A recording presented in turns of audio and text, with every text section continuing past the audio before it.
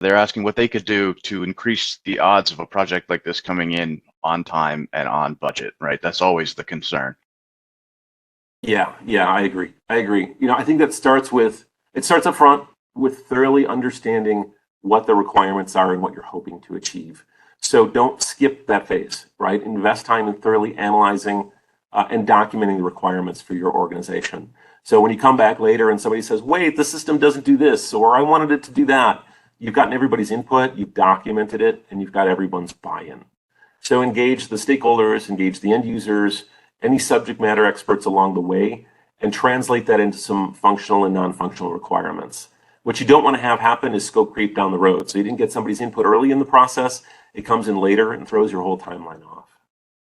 The other is, I think we talked about this a little bit earlier, is, looking for a phased approach too, meaning defining that roadmap and breaking this thing up into separate pieces.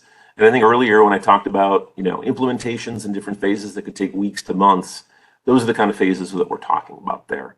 So breaking it into manageable phases allows for better control, better testing, and better user adoption, and not blurring the lines between those steps in the process along the way here too. Because you can learn from each phase and make adjustments before moving forward to the next phase in the project there. And that just makes sure that you keep things on the rails and on track along the way. Having a project team, that's a critical piece of it too, right?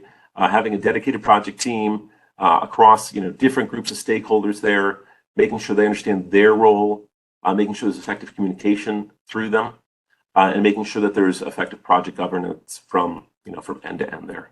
And finally, select the right vendor. Make sure you've got a partner who understands your industry, who's interested in your specific needs and goals, and isn't just interested in feeding you a list of features.